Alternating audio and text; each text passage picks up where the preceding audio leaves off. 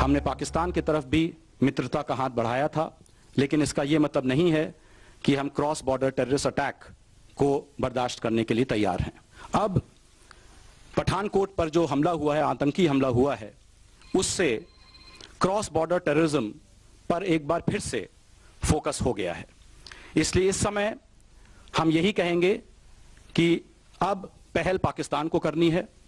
पाकिस्तान को हमने actionable intelligence प्रदान कर दी है इस आतंकी हमले के बारे में, और अब हमें देखना है कि पाकिस्तान उस एक्शनेबल इंटेलिजेंस के ऊपर क्या निर्णय लेता है, क्या एक्शन लेता है। अस्सलाम वालेकुम, मैं हूं आयशा बख्श। रिपोर्ट कार्ड में खुशामदीद। पठानकोट हमलों के बाद से पाकिस्तान और भारत दोनों जानिब से बहुत मोहतात अंदाज में बयानात, रद्द अमल और एक्सप्रेशन सब कुछ बहुत मोहतात दिखाई दिया। जहां पाकिस्तान की जानिब से मुकम्मल ताउन की यकीन दहानी करवाई गई, तो वहीं भारत की तरफ से कोई भी रद्द अमल देते हुए एहतियात का दामन हाथ से नहीं छोड़ा गया। भारत की जानिब से पहला सरकारी रद्द अमल आज तर्जुमान वजारत खारिजा विकास स्वारूप की जानिब से दिया गया। बहुत वाज़ेह और दो टोक रद्द अमल। हमारी पाकिस्तान के बारे में पॉलिसी बहुत वाज़ेह है। पाकिस्तान की तरफ दोस्ती का हाथ बढ़ाते हैं, लेकिन सरहद पार दहशतगर्द हमलों को बर्दाश्त करने के लिए तैयार नहीं। भारत ने काबिल अमल मालूमात दे दी, पाकिस्तान से काबिल अमल एक्शन के मुंतजिर है। अब गेंद पाकिस्तान के कोर्ट में है, पाकिस्तान को पहल करना है। पाकिस्तान एक्शन लेगा तो बहुत अच्छा होगा। क्या दोनों जानिब की क़यादतें शीशे जैसे नाजुक मामलात को आगे बढ़कर संभाल पाएंगी? क्या वज़ारत सेक्रेटरी खारिजा मुज़ाकरात का रास्ता निकल सकेगा, या फिर नेशनल सिक्योरिटी एडवाइजर्स कोई हल निकालेंगे, या फिर मामलात एक बार फिर माजी के ज़ेरे असर चले जाएंगे? इसी पूरी सूरत हाल पर पहला सवाल पैनल से रखेंगे।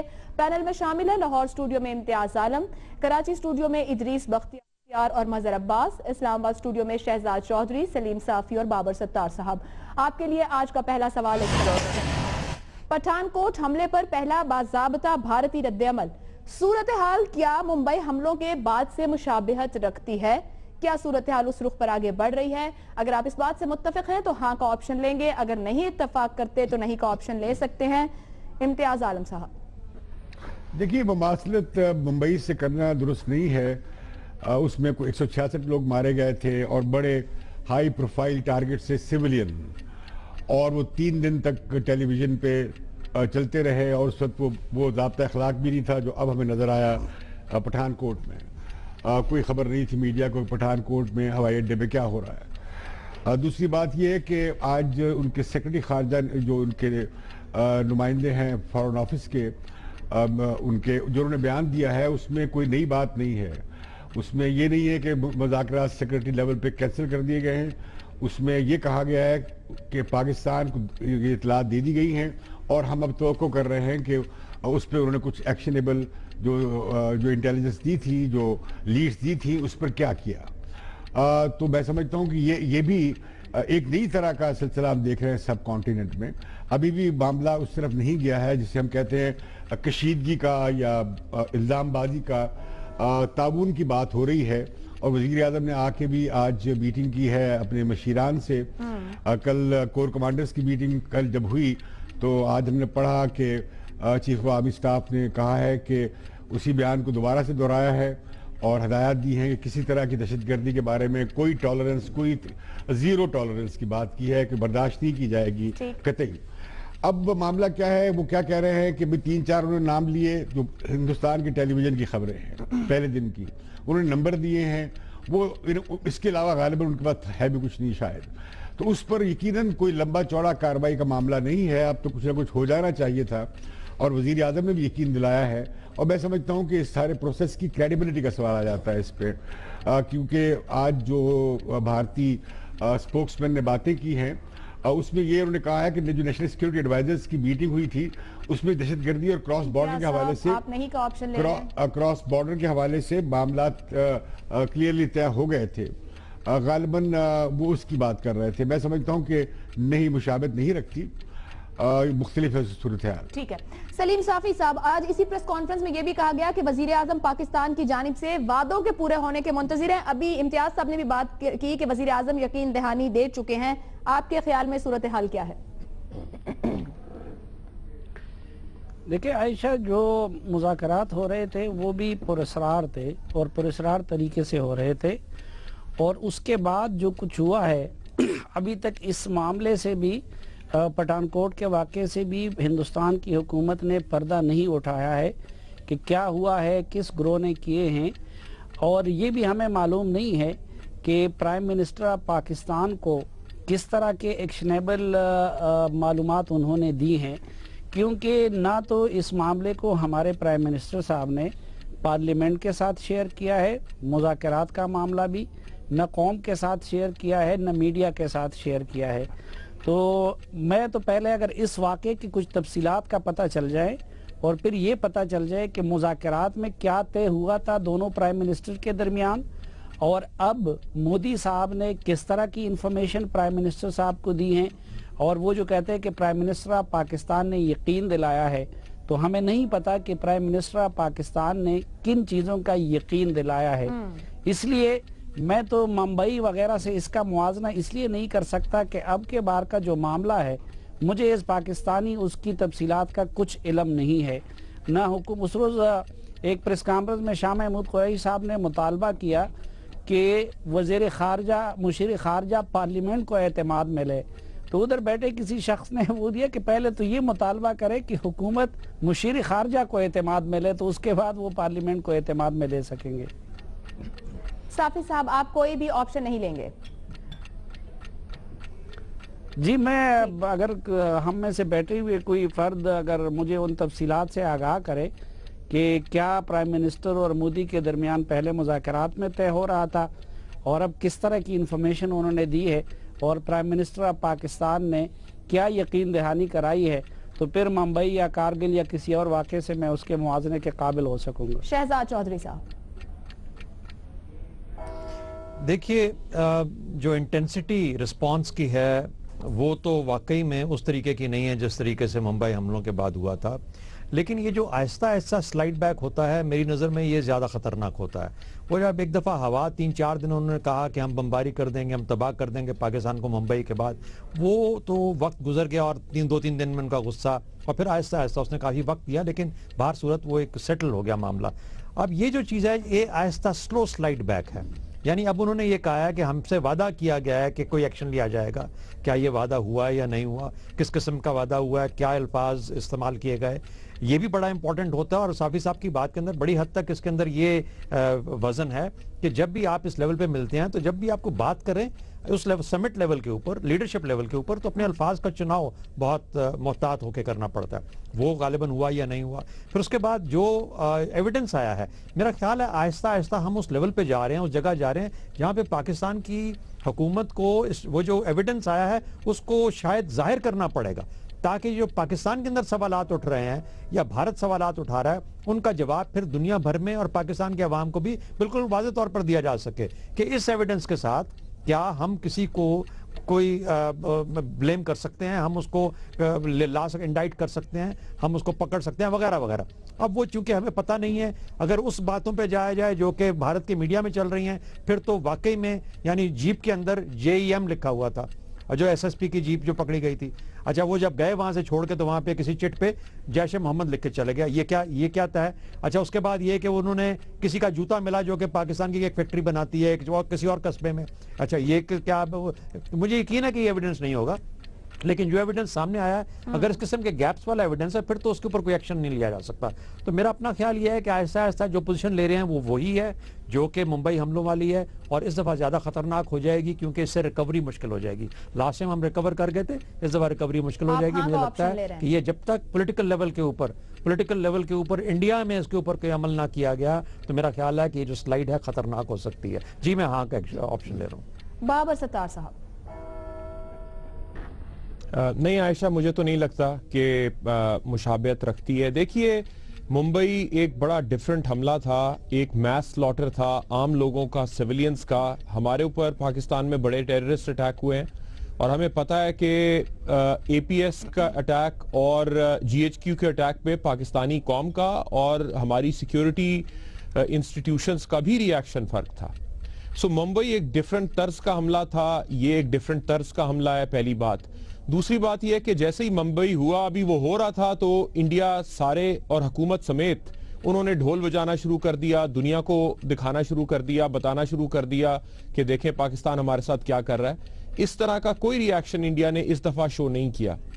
जिस तरह से दो मुल्क आपस में बात करते हैं साइलेंटली, एपीएस पे हमला हुआ, हम लोगों ने अफगानिस्तान में जाके बात की, आर्मी चीफ, आईएसआई चीफ वहां पे गए, जाके बात की और पब्लिक स्टेटमेंट्स भी थी। तो दो मुल्कों ने इस दफा तरीके से बात की है, अपने ऑफिशियल चैनल्स के थ्रू बात की है, मीडिया के थ्रू एक चीज को रिजॉल्व करने की अभी तक कोशिश नहीं की। तीसरी बात ये, और बहुत एहतराम के साथ, हमें डिनाइल मोड में नहीं हम रह सकते। अगर कोई ताने बाने पाकिस्तान से मिलते हैं, क्या वो नॉन स्टेट एक्टर्स हैं, क्या किसी को यहाँ पे कोई हैंडलर मौजूद था, अगर इस तरह की कोई भी इंटेलिजेंस आई है और पाकिस्तान के साथ शेयर की गई है, तो एक्शनेबल इंटेलिजेंस का मतलब ये नहीं है कि हम उनके ऊपर मुकदमे कायम कर देंगे, लेकिन हम अपनी इंटेलिजेंस उनके साथ शेयर करेंगे कि हाँ वाकई क्या ये लोग मौजूद थे, क्या बात हुई, क्या ग्रो है, क्या लिंक्स बनते हैं। और अगर ट्रांसपेरेंटली पाकिस्तान और इंडिया ये चीज शेयर करेंगे तो इसका ये रेजोल्यूशन की तरफ बात चली जाएगी, ये और जा सकती है। और मेरा ख्याल है कि हमें इसमें अपने कदम पीछे नहीं हटाने चाहिए, क्योंकि हम भी यही कह रहे हैं कि टेररिज्म को हम खत्म करना चाहते हैं और पाकिस्तान सैंक्चुरी नहीं होगा यहां से अटैक्स के लिए। और अगर इंडिया भी यही बात कह रहा है और हम ओपनली इसके ऊपर कोऑपरेट करें तो ये मसला क्यों हल नहीं हो सकता। ठीक, नहीं का ऑप्शन लिया बाबर साहब ने। इदरीस बख्तियार साहब, पाकिस्तान का रद्देमल आखिर होगा क्या, और सवाल का जवाब भी, सूरत हाल क्या मुंबई के बाद से मुशाबहत रखती है? मेरा ख्याल ये है कि सूरत हाल बम्बई के वाक़े से मुताबिकत नहीं रखती है। जैसे साथियों ने कहा, वो एक और सूरत हाल थी। जिस तरह शहर में मुंबई में अटैक हुआ, एक होटल पे अटैक हुआ, और एक दूसरी तरह का हमला था जो यहाँ पठानकोट में हुआ है। ये एक फौजी तनसीब पे, एयरफोर्स की एक तनसीब पर अटैक हुआ है। इन दोनों बातों में बहुत फ़र्क है। और इसी तरह से जो रिएक्शन था उस वक्त, भारतीय मीडिया का भी जो रिएक्शन था मुंबई के मामले में, वो इतना शदीद था और इतना होस्टाइल था कि हमारे यहाँ बहुत सारे वो लोग भी जो आमतौर पे इंडिया के लिए बड़ा सॉफ्ट कॉर्नर रखते हैं, उन्होंने जब वो टीवी देखे वहाँ के और वहाँ के मीडिया को देखा तो उन्हें भी ज़रा थोड़ा सा झटका लगा था कि ये सब कुछ क्या हो रहा है। और कई लोगों ने आके उसकी मदम्मत भी की कि फौरी तौर पे इस तरह की गुफ्तगू करना और इतना होस्टाइल रवैया, तो ये जो मुंबई में हुआ था उससे इसकी मुताबिकत नहीं हो सकती पठानकोट वाले वाक़े की। मैं समझता हूँ कि यहाँ दोनों मुल्कों ने बहुत माकूलियत का सबूत भी दिया है, फौरी तौर पे इल्ज़ाम नहीं लगाए गए। दूसरी बात यह कि मुंबई के मामले में अब तक डिस्प्यूट रहता है। जो एविडेंस वो कहते हैं इंडियंस के उन्होंने यहाँ फराहम किए हैं, वो हमारी कोर्ट्स उनको तस्लीम करने को तैयार नहीं है। बार बार गिरफ्तारियाँ होती हैं, अदालत में पेश होते हैं, अदालतें उन लोगों को रिहा कर देती हैं। तो वो कोई ऐसा एविडेंस इंडियंस वहाँ से पेश नहीं कर सके थे। अब क्या एविडेंस इन्होंने पेश किया जिसे कहते हैं कि एक्शनेबल एविडेंस है, यानी क्या वो इस काबिल है कि उसकी बुनियाद पे किसी अदालत पे मुकदमा चलाया जा सके। और अगर कोई यहाँ पर खुदा न खास्ता लोग पाए जाते हैं, हैंडलर्स या और दूसरे जिनके कोई ताने बाने यहाँ मिलते हों, तो क्या उनकी बुनियाद पर यहाँ उन लोगों को सज़ा दी जा सकती है? ये मेरा ख्याल है शायद अभी वक्त आएगा तो पता चलेगा। लेकिन जो सबसे मुख्तलिफ और अहम बात है वो ये कि दोनों मुल्क अब दहशतगर्दी के खिलाफ कार्रवाई करने पर खासी हद तक मुत्तफिक हैं और सिर्फ ब्लेम गेम तक ही अपने आप को महदूद नहीं रखना चाहते, बल्कि उससे बहुत हद तक अपनी जान भी छुड़ाना चाहते हैं और रियल मानों में दर हकीकत दहशतगर्दी को ख़त्म करने में ताउन करना चाहते हैं, जो मुंबई के वक्त में नहीं था। तो मेरा ख्याल है कि ये दो अलग अलग वाक़यात हुए और उनके रद्द-ए-अमल भी अलग अलग हैं। मज़हर अब्बास साहब, क्या दोनों ममालिक वाकई ब्लेम गेम से निकलकर हकीकतन दहशतगर्दी के खिलाफ मिलकर लड़ना चाहते हैं? इस पर भी कमेंट कीजिए और सवाल का जवाब भी। देखिए, मेरा ख्याल में जो उनका रद्द-ए-अमल है, आज जो रद्द-ए-अमल सामने आया है वो तो बहुत वाज़ेह है। अगर हम इसको नहीं समझ पा रहे तो वो अलग बात है। उन्होंने वाज़ेह तौर पे कहा है कि अब क्रॉस बॉर्डर टेररिज्म बर्दाश्त नहीं किया जाएगा, और इसका ये मतलब कि हम बातचीत कर रहे हैं तो इसका ये मतलब नहीं है कि हम क्रॉस बॉर्डर टेररिज्म बर्दाश्त कर लेंगे। तो ये बहुत वाज़ेह लाइन थी, ये इसमें कोई ढकी छुपी बात नहीं है। उन्होंने साफ साफ कह दिया है कि ये क्रॉस बॉर्डर टेररिज्म है और उन्होंने आप पे इल्ज़ाम लगा दिया है। नाम नहीं लिया उन्होंने, बराह रास्त ऑर्गेनाइजेशंस का नाम नहीं लिया, इंफॉर्मेशंस दी हैं। देखिए, किसी हद तक जो है जो इंडियन पर्सपेक्टिव है वो इसको मिला रहे हैं बम्बई से और वो उसी तरफ जा रहे हैं।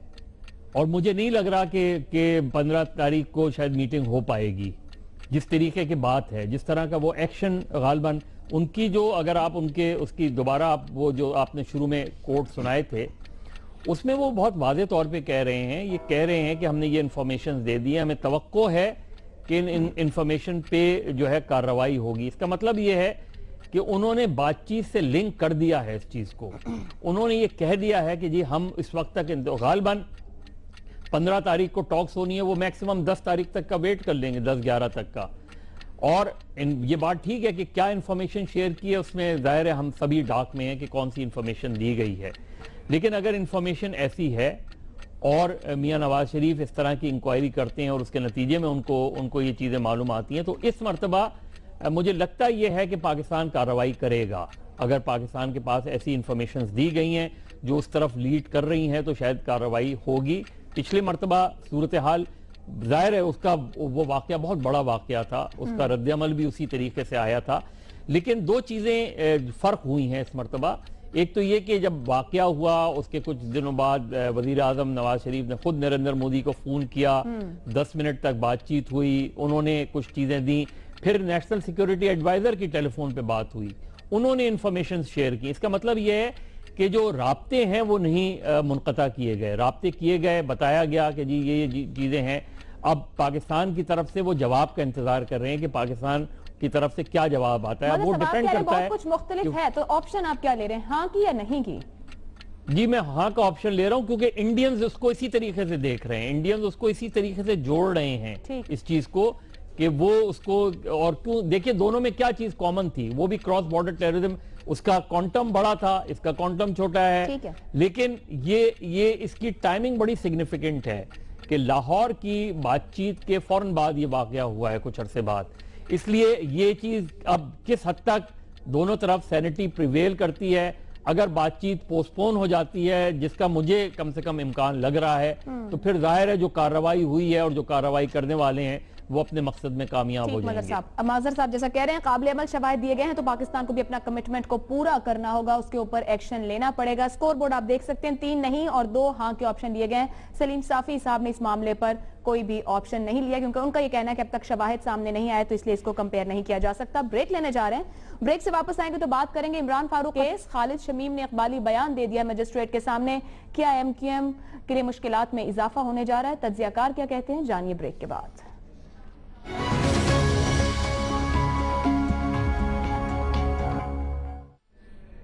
रिपोर्ट कार्ड में एक बार फिर खुशामदीद। एक और अहम मामला है इमरान फारूक कत्ल के। 16 सितंबर 2010 से ये मामला चल रहे हैं जब डॉक्टर इमरान फारूक को ग्रीन लेन एजवेयर पर वाक़े रिहाइश गाह के बाहर शाम 5:30 बजे कत्ल कर दिया गया था।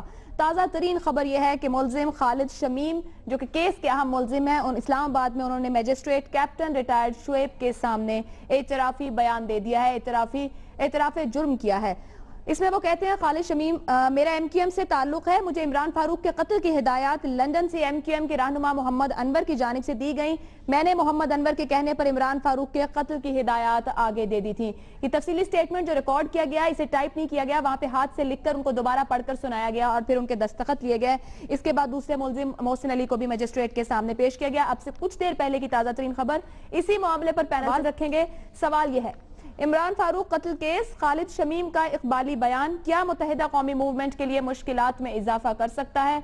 अगर पैनल समझता है कि मुश्किलात बढ़ सकती हैं MQM के लिए तो हाँ का ऑप्शन लेगा, और अगर समझता है कि कोई असर नहीं होगा इस इकबाली बयान के बाद मुत्तहिदा कौमी मूवमेंट के लिए मुश्किलात नहीं बढ़ेंगी तो नहीं का ऑप्शन। मजहर अब्बास साहब। देखिए सियासी तौर पे तो कोई बड़ा नुकसान नहीं होगा, क्योंकि पहली चीज़ ये है कि इसमें जो मेन सस्पेक्ट है उसने बयान देने से इनकार कर दिया मौज़म अली ने, और ना सिर्फ बयान देने से बल्कि पिछले अगर चंद हेयरिंग्स अगर का आप जायज़ा लें तो उसने बहुत ही एग्रेसिव टोन था, और उसने ये कहा, बरमला पिछली हेयरिंग में ये कहा कि मैं दहशतगर्द नहीं हूँ, मेरे मुंह पे कपड़ा डाल के क्यों प्रोड्यूस किया जाता है, और इससे पहले भी वो तो उसने आज बयान नहीं दिया, बाकी 2 को पेश किया गया। अब इसमें पता नहीं कि आगे चल के क्या इनमें से जिसने आज बयान दिया है क्या उसने अप्रूवर बनना पसंद कर लिया है, अप्रूवर हो गया है, उसके एविडेंसेस, जाहिर है एक बयान की बुनियाद पर आप सज़ा नहीं दे सकते क्योंकि आपको एविडेंस लाने पड़ेंगे कि अगर वो ये कह रहा है कि मैंने जाके मोहम्मद अनवर साहब से हिदायत ली और फिर जाके एग्जीक्यूट किया, तो इसको फिर कोर्ट में जब आप केस चलेगा तो उसको आपको प्रूफ करना है। लेकिन हाँ, MQM के कायद अल्ताफ हुसैन के लिए ये परेशान कुन हो सकता है केस। देखना यह है कि जो लंदन में केस चल रहा है वो किस नहज पे पहुंचता है। यहाँ के केस की और लंदन के केस में फ़र्क ये है कि बुनियादी तौर पे उन्होंने ज़्यादा इस पे तहकीकात की है, रिकॉर्ड सारा उनके पास है, जो फोरेंसिक रिपोर्ट्स हैं वो सारी लंदन के पास हैं, जो एक आई विटनेस है उस केस का वो लंदन में ब्रिटिश नेशनल है। तो ये सारी चीज़ें, यहाँ जो केस है इस वक्त जो है उसकी बुनियाद इस बयान पर होगी, और शायद उन्होंने कुछ बैंक अकाउंट्स वगैरह, जिस तरह FIA ने कहा है कि उन्होंने बैंक अकाउंट्स किए हैं। लेकिन ये केस जो है, मुझे इस केस का जो अल्टीमेट कंक्लूजन है वो बहुत ज़्यादा ऐसा नहीं लग रहा कि इस केस में अभी तक कम से कम जो शवाहिद सामने आए हैं वो ऐसे नहीं है कि ये केस जो है वो MQM के कायद अल्ताफ हुसैन पर प्रूव हो जाएगा या मोहम्मद अनवर या दूसरों पे, अनटिल अनलेस इनके पास जो शवाहिद सामने आए वो। जो अब तक चीज़ें सामने आई हैं उसकी बुनियाद पे MQM को कोई बड़ा खतरा नहीं नजर आता। नहीं का ऑप्शन ले रहे हैं मजहर साहब। इदरीस बख्तियार साहब, मेरा ख्याल ये है कि MQM पहले जितनी मुश्किलात में रही है पिछले चंद अरसों में, उसमें कोई मजीद मुश्किलात शायद उसको नहीं फेस करनी पड़ेंगी। बुनियादी बात यह है कि ये एक मर्डर हुआ लंदन में।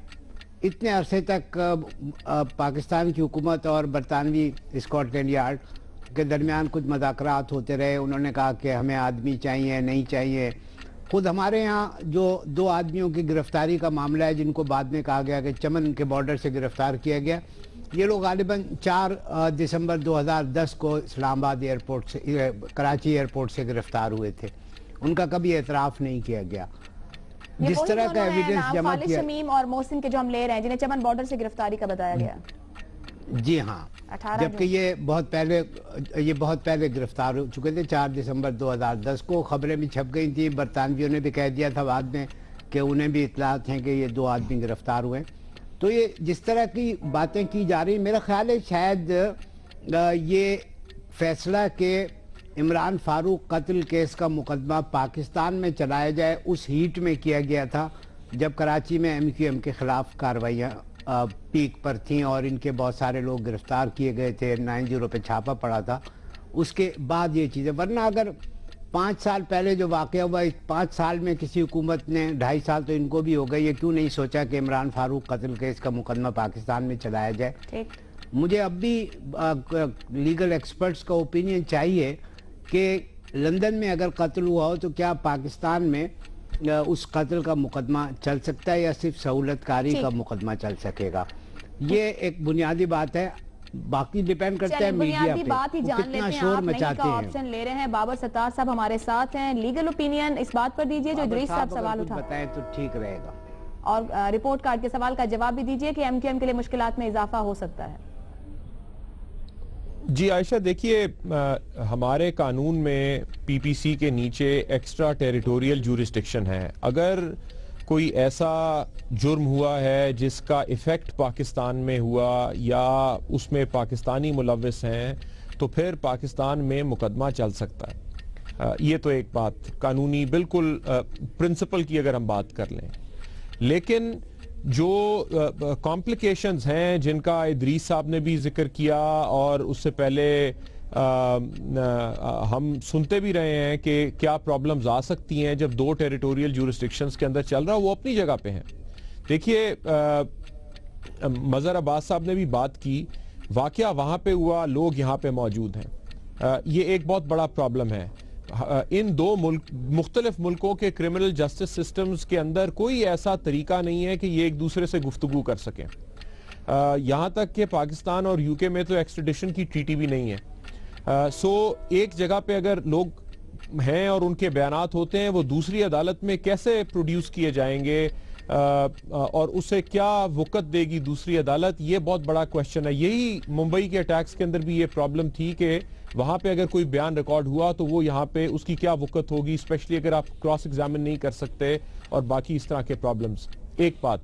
दूसरी बात जो इदरीस साहब ने जिसका जिक्र किया, वो बहुत बड़ा प्रॉब्लम बन जाएगा अगर 4 साल तक हमने मुल्ज़िमान को एजेंसीज के पास रखा और ये चीज इस्टेब्लिश हो जाएगी जब भी ट्रायल आएगा और जब वो एजेंसीज की और इन्वेस्टिगेशन एजेंसीज की कस्टडी में नहीं होंगे और अपने आप को डिफेंड करेंगे, तो ये बड़ा मुश्किल हो जाएगा एक्सप्लेन करना कि वो क्यों कस्टडी में थे और उस वक्त उन्हें हमारे कानून के मुताबिक एक दिन के बाद मजिस्ट्रेट के सामने क्यों नहीं पेश किया गया। और भी बहुत सारे मुकदमों में ये प्रॉब्लम हो जाती है। सो लीगली मेरे ख्याल में लॉन्ग टर्म कन्विक्शन के पर्सपेक्टिव से शायद मुश्किलात में इजाफा ना हो। इमीडिएट टर्म में उन्होंने एक बयान मजिस्ट्रेट के सामने रिकॉर्ड करवाया, वो जाहिर है उनके वो अब एविडेंस में इस्तेमाल हो सकता है। ये बयान मुख्तलिफ है JITs में जो बयान दिए जाते हैं क्योंकि उसकी एविडेंशियरी वैल्यू नहीं होती। सो इस बेसिस पे हम भी बैठ के बात कर रहे हैं। इस हद तक एक मीडिया ट्रायल भी चलेगा और कानूनी तौर पे भी एक मजीद कॉम्प्लिकेशन क्रिएट हुई है। सो मैं जवाब तो हाँ मैं दूंगा, लेकिन क्या इसके बेसिस के ऊपर कन्विक्शन हो पाएगी या नहीं, उसमें और बहुत सारे सवालात हैं। मेरा ख्याल है आज उनका जवाब नहीं दिया जा सकता। बाबा सत्तार, मैं आपसे एक सवाल पूछना चाहूंगा। ये बताइए कि अगर यहाँ कन्विक्शन हो जाए और ये इकबाली बयान जो अदालत में दिया गया है, इसका बरतानवी अदालतों पे क्या असर पड़ेगा, बरतानवी जुडिशल प्रोसेस पे? बाबर साहब मुख्तसर दीजिएगा। जी, इसके बेसिस के ऊपर हम एक्सट्रेडिशन सीख कर सकते हैं। हम सीख कर सकते हैं कि इन्हें सजा दी गई है। जिसे भी सजा दी जाए उसे हम फिर इंटरपोल के थ्रू मंगाने की बात कर सकते हैं, जिस तरह बाकी केसेस में भी होता है। मैंने पूछा है कि वहां की अदालत क्या वहां की अदालतें कार्रवाई शुरू कर सकती हैं इस बुनियाद पे कि अगर यह सजा हो जाए? देखिए, फिर तो यहाँ पे कन्विक्ट हो गए ना, फिर तो आप उधर वो इस एविडेंस को कैसे इस्तेमाल कर सकते हैं और दोबारा से सजा देते हैं या नहीं देते, वो उन अदालतों के ऊपर डिपेंड करेगा। शहजाद चौधरी साहब, देखिए, एक तो ये कि मैं मजहर अब्बास साहब की बात से मुकम्मल तौर पर एग्री करते हुए ये कहना चाहता हूँ और इजाफा करूंगा उसके अंदर बल्कि कि वकुआ बरतानिया में हुआ, ट्रायल यहाँ पे हो रहा है। वकुआ को विजिट ये कर सके लॉयर्स कर सके, नहीं कर सके लोग, ये मुझे नहीं मालूम। करेंगे आइंदा जाके हो भी सकता है। वही मामला जो मुंबई और पठानकोट के बारे में आएगा, वकुआ कहीं हुआ, ट्रायल हम कहीं मांग रहे हैं, सजाएं कहीं मांग रहे हैं। अच्छा, एक तो ये एक डिस्कनेक्ट है हमारे तमाम निज़ाम के अंदर। और जब भी हम किसी जगह को एक मिलके जुडिशल कोई उसको इन्वेस्टिगेशन करना चाहते हैं, ट्रायल करना चाहते हैं, प्रोसेस में से गुजारना चाहते हैं, तो फिर एक कोई ना कोई एग्रीमेंट एग्जिस्ट करना चाहिए। बाबर सत्तार साहब ने हमें बड़ा सा अच्छे तरीके से समझाया कि उनको वहाँ से एक्स्ट्राडाइट किया जा सकता है, लेकिन उसके लिए भी एक ट्रीटी चाहिए होती है मुल्कों के दरमियान में। एक एक्सट्रेडिशन ट्रीटी होनी चाहिए जिसके तहत आप उनको वापस बुला सकते हो, या आप उसको दूसरे तरीके से भी उनको जो इंटरपोल है उसके जरूर भी कह सकते हैं। लेकिन अगर वो फ्री वहां पे भागे हुए हों, मेरी नजर के अंदर मेरा ख्याल है जो बड़ा मसला है वो लीगल पोजीशंस का है। जब ये इनकी गिरफ्तारियां, इनका इजहार कर दिया गया, जाहिर हो गई, तो फिर उसके बाद एक सर्टेन लॉ इन इफेक्ट आ जाता है जो कि कहता है कि सिर्फ इस हद तक आप इनको रखेंगे अपनी हिरासत के अंदर, उसके बाद मजिस्ट्रेट के आगे लेके आना, FIR दायर करना, ये सब के सब लाजमी हो जाते हैं। लास्ट टाइम जब FIR दायर की गई तो उसके अंदर ये कहा गया बड़ा clearly by the ministry of interior कि हमें मजबूरी है क्योंकि हम इससे ज्यादा आगे रख नहीं सकते, हमें इन्वेस्टिगेशन के लिए इनको रखना पड़ेगा। तो कोई ना कोई वजूहात क्रिएट करके, तो क्या ये जो आज इकबाली बयान दिया गया इसका मतलब ये है कि आगे से भी उनकी वजूहात बनाई जा रही हैं ताकि उनको छोड़ना ना पड़े या उनका ट्रायल शुरू हो तो उनको जुडिशियल हिरासत में रख लिया जाए। तो ये प्रोसेस हैं जिनको मैं जिस हद तक समझता हूँ अपना बयान कर रहा हूँ, तो मेरा ख्याल है कि कोई ज्यादा फर्क MQM को नहीं पड़ेगा। ठीक है, नहीं का ऑप्शन ले रहे हैं। इम्तियाज आलम साहब, देखिए, कानूनी मसले का मुझे मालूम नहीं है। बाबर सत्तार साहब ने बयान किया है उनकी एक्सट्रेडिशन नहीं होगी, पाकिस्तान में डेथ पेनल्टी है, कोई किसी भी जगह वो एक्सट्राडाइट नहीं करेंगे मुल्क जहां पे डेथ पेनल्टी खत्म कर दी गई है। लेकिन ये जो अहम बात है वो है सियासी।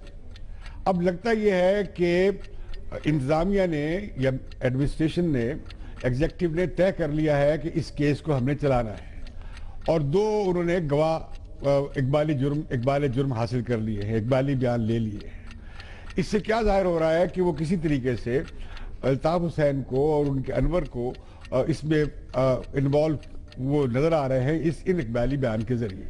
इसका सियासी मतलब ये हुआ कि MQM को अब समझना चाहिए कि अल्ताफ साहब की क़यादत जो है वो अब यहाँ पे कबूल नहीं होगी, उन्हें रास्ते से हटाना होगा इस तरह के केस के जरिए या और इंतजामी तरीकों से। उन पर बंदिश पहले ही है। तो मैं समझता हूँ कि MQM को की मुश्किलात में इससे इजाफा होगा और उसके खिलाफ ये मीडिया ट्रायल भी चलेगा। और ये बात कि अगर कन्विक्शन हो गई किसी अदालत से तो ये मामला भी MQM के हक में नहीं जाएगा। ठीक। और उसमें एमक्यूएम में एक नया ऑप्शन आ सकता है कि क्या एमक्यूएम अल्ताफ भाई के बगैर भी चल सकेगी या नहीं चल सकेगी, और चलेगी तो फिर किस तरह चलेगी। मेरे नजदीक ये बात अहम है। चल आगे बढ़ेंगे। हाँ का ऑप्शन लिया है सलीम साफी साहब। हमारे पास 3 नहीं 2 हाँ, आपकी राय क्या है? देखिए आयशा, पहली बात तो ये है कि जिनको सज़ा दिलवाना मकसूद है या जिनको आम तौर पर इसका कसूरवार समझा जाता है, वो अल्ताफ हुसैन साहब तो यहाँ पे हमारी अदालत की तहवील में नहीं है, और यही 2 लोग तहवील में हैं। तो अगर वो कन्विक्ट भी हो जाते हैं तो ज़ाहिरी बात है कि वो अदालत के पास नहीं है या पाकिस्तानी हुकूमत के पास नहीं है। दूसरा, फिर बाबर सत्तार साहब बेहतर समझते हैं, लेकिन मैं नहीं समझता। जो एक तो अगर इंग्लिस्तान के साथ हमारा कोई मुआहदा भी नहीं है और जो माजी का ट्रैक रिकॉर्ड है, उससे नहीं लगता कि उसके बाद अल्ताफ हुसैन साहब को पाकिस्तान के सपुर्द कर दिया जाएगा। तीसरा ये कि जो उनका अदालती निज़ाम है और फिर पाकिस्तान के अदालती निज़ाम का, उसकी जो क्रेडिबिलिटी पे जो सवालात है कि मुल्क के अंदर ठीक है फैसला मजबूरन तस्लीम कर दिया जाता है, लेकिन पाकिस्तान में अदलिया की आज़ादी और ख़ुद मुख्तारी पे बहुत सारे सवाल उठते हैं। तो बरतानिया जैसे मुल्क में उनकी अदालतों में हमारी अदालत के इस फैसले को मैं नहीं समझता कि कोई वक़्त दी जाएगी। और फिर ये कि वो सिर्फ गवाही भी ऐसे 2 लोगों की या एतराफ़ी बयान भी कि जो आज से 4-5 साल पकड़ के उनको गायब कर दिया गया, फिर हुकूमत की तरफ से एक झूठा और गलत दावा करके उनको चमन बॉर्डर से गिरफ्तार करने का दावा किया गया, और अब इतने तवील रिमांड के बाद उनको पेश किया है, और उसमें भी एक बंदा अगर एतराफ़ी जुर्म करता है तो दूसरा इनकारी है। तो मुझे तो कोई ख़ास फ़र्क पड़ता हुआ नजर नहीं आ रहा। हाँ, अलबत्ता एक और जरिया आ जाएगा एमक्यूएम के मीडिया ट्रायल के लिए, या फिर माइनस अल्ताफ हुसैन जो फार्मूला है उस पे अमल दरामद के लिए किसी हद तक एक मजीद हरबा या हथियार या टूल वो उन कुव्वतों के हाथ आ जाएगा जो अल्ताफ हुसैन को माइनस करना चाहते हैं एमक्यूएम से। ठीक, नहीं का ऑप्शन ले रहे हैं सलीम साफी भी। स्कोर बोर्ड आप देख सकते हैं, 4 नहीं के ऑप्शन लिए गए हैं कि एमक्यूएम की मुश्किलात नहीं बढ़ेंगी। 2 हाँ के ऑप्शन है बाबर सत्तार और इम्तियाज आलम ने लिए हैं। ब्रेक लेने जा रहे हैं, ब्रेक से वापस आएंगे तो बात करेंगे थर में बच्चों की अमवात, मामला क्या है, पैनल इस पर क्या राय रखता है, जानिए ब्रेक के बाद।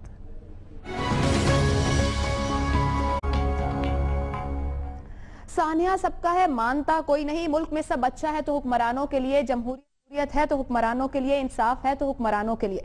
सिंधी जुबान में पाकिस्तान खपे का नारा लगाने वाले अवाम को किस किस तरह खपाएंगे शायद किसी को भी मालूम नहीं। अभी कौम ने नेक तमन्नाओं के साथ नए साल का आगाज किया ही था कि थर से अफसोसनाक खबरें आना शुरू हुई कि गुज़िश्ता 6 दिन के दौरान 15 नौमौलूद बच्चे बरवक्त तिब्बी इमदाद न मिलने के बायस जान से चले गए। नवंबर 2014 में थर में कहत साली से 506 बच्चों की अमवात रिपोर्ट हुई। हकीकत यह है कि 2014 में थर के अवाम के लिए लाई गई गंदम की 60,000 बोरियां गोदामों में पड़ी पड़ी खराब हो गई, अवाम को एक दाना ना मिला।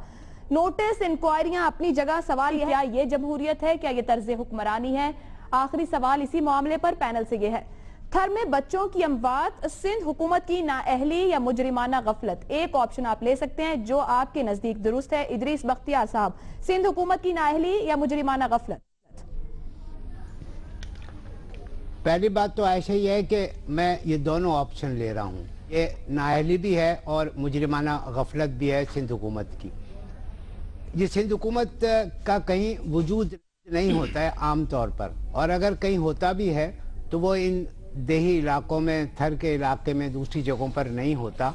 ये कोई पहला वाक़या नहीं है। आपने खुद कहा थर में पिछले साल भी बहुत सारे बच्चे मर गए थे, और सिर्फ थर ही नहीं, आप कुछ साल अभी चंद साल पहले की बात है, लाड़काना जैसे शहर में जिसने कई वजीर आज़म इस मुल्क को दिए हैं, कई वजीर आला इस मुल्क को दिए हैं, वहाँ सिविल अस्पताल में बच्चे सिर्फ ऑक्सीजन ना मिलने की वजह से रोज़ाना 10-12 बच्चों की अमवात हो रही थी। वहाँ पर किसी के कान पे जूं नहीं रेंग रही थी, आज भी किसी के कान पे जूं नहीं रेंग रही।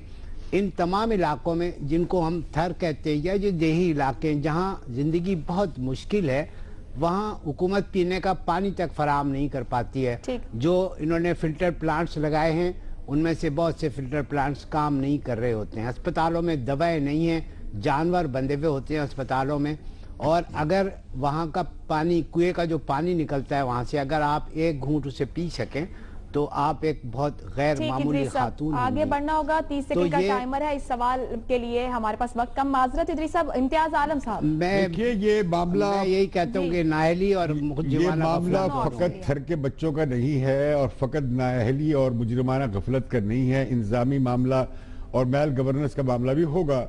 लेकिन हमारे मुल्क में बच्चों की सलामती, सेहत की याबी, तालीम की और रोजगार की यकीन दहानी और इंसान की जो फूड जो सिक्योरिटी है वो नापीद है, हमारे एजेंडे पे नहीं है। ये उमरा का मुल्क है, ताकतवर लोगों का मुल्क है, ताकतवर इदारों का मुल्क है, गरीब की सुनवाई नहीं है। वो ये सिस्टम इंसान कुछ है, उसमें आपकी प्रायोरिटी में क्या है नहीं।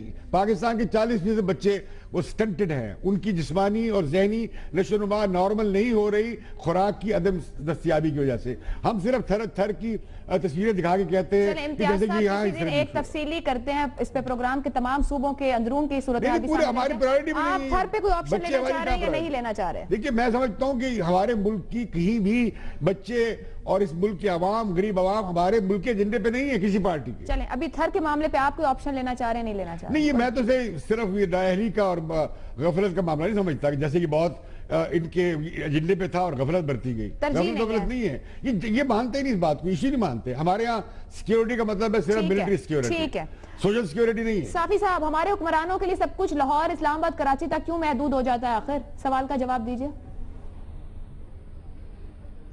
देखिए ये तो खैर सिर्फ कराची और लाहौर के हुक्मरानों का मसला नहीं, मैं समझता हूँ कि सिंध हुकूमत की तो ये नाअहली भी है, मुजरिमाना गफलत भी है, लेकिन उसके साथ साथ वफाकी हुकूमत की नाअहली और मुजरिमाना गफलत भी है। ये परवेज़ मुशर्रफ साहब का और जरदारी साहब का, जिन्होंने पिछले 10-12 साल में पाकिस्तान को रूल किया, और फिर जो उनके वहाँ के वज़ीर आला थे जो खुसूसन थर से ताल्लुक़ रखने वाले थे और जो बड़े तबलीगी भी बने पड़ते हैं, अरबाब गुलाम रहीम साहब, ये उनकी भी मुजरिमाना गफलत और नाअहली है।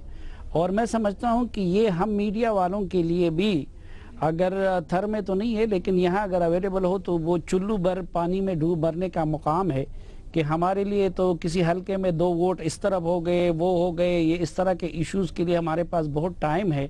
लेकिन इस मुल्क में थर जैसे इलाके हैं जहाँ लोग भूख और प्यास से मर रहे हैं, लेकिन चूंकि रेटिंग नहीं आता या बाकी चीजें नहीं आती तो वो हम मीडिया की तवज्जो की मुस्तहिक भी करार नहीं पाती। ठीक साफी साहब। मजहर अब्बास साहब, 30 सेकंड का टाइमर। देखिए ये 100% मुजरमाना गफलत है और ये बहुत अहल लोग हैं, ये नाअहल नहीं है, क्योंकि ये जो बजट दिया जाता है उसको खाने में कमाल रखते हैं ये। और आज भी जो वजीर आला सिंध को रिपोर्ट दी गई है उसकी तरफ से, उसमें 2 बातें बताई गई हैं। एक तो फौरी तौर पे हुआ ये है कि 120 मिलियन मिट्टी अस्पताल की ग्रांट थी, उसको डबल कर दिया गया है, तो सबकी बाँचें खुल गई हैं। पैसा बहुत है, अस्पताल में डॉक्टर्स नहीं होते, जो पैसा दिया जाता है, और अभी भी उन्होंने 4 एम्बुलेंसेस का भी कहा है कि 4x4 की एम्बुलेंसेस दी जाए। जो रिपोर्ट दी गई है वो ये कि न्यूली बॉर्न जो लोग हैं, वो बच्चे हैं, वो इसलिए मर जाते हैं कि उनकी जो अंडर एज शादियां होती हैं बच्चियों की, और उनकी प्रॉपर जो है वो नर्सिंग नहीं है, उसका इंतजाम नहीं होता, इस वजह से डेथ्स हुई हैं। तो उन्होंने बचने की कोशिश की है।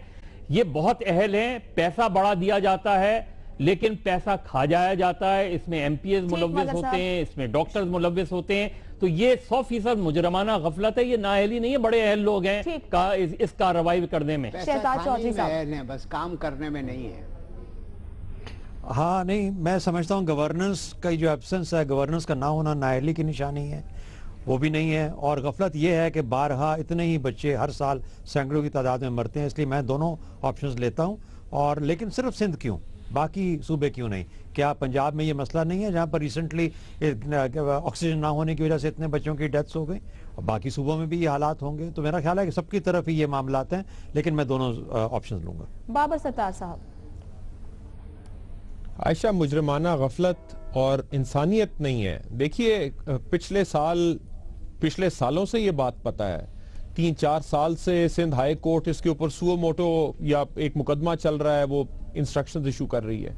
सो ये तो नहीं कि पहली दफा हुआ था, और जब हुआ था उस वक्त भी आपको याद होगा सिंध चीफ मिनिस्टर का इतना नॉनचलांट एटीट्यूड था, उन्होंने कहा हो जाता है वहां, बस जिंदगी मुश्किल है, मर जाते हैं लोग, इस टाइप का उन्होंने बयान दिया था।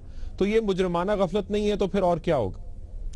मुजरिमाना गफलत और नाअहली दोनों ऑप्शन लिए गए हैं ज्यादातर पैनलिस्ट की जानिब से। इसके साथ साथ इम्तियाज आलम साहब सिर्फ ये कहते हैं कि तरजीह ही नहीं है हमारे सियासतदानों और हुक्मरानों की, जबकि बाबर सत्तार साहब ने इजाफा किया है मुजरिमाना गफलत के साथ इंसानियत के ना होने का। आज के 3 अहम मामलात पर रिपोर्ट कार्ड में आपने तज्जिया राय जानी, अपना फीडबैक आप हमें भेज सकते हैं। मुझे प्रोग्राम से इजाजत दीजिए, अल्लाह हाफ़िज़।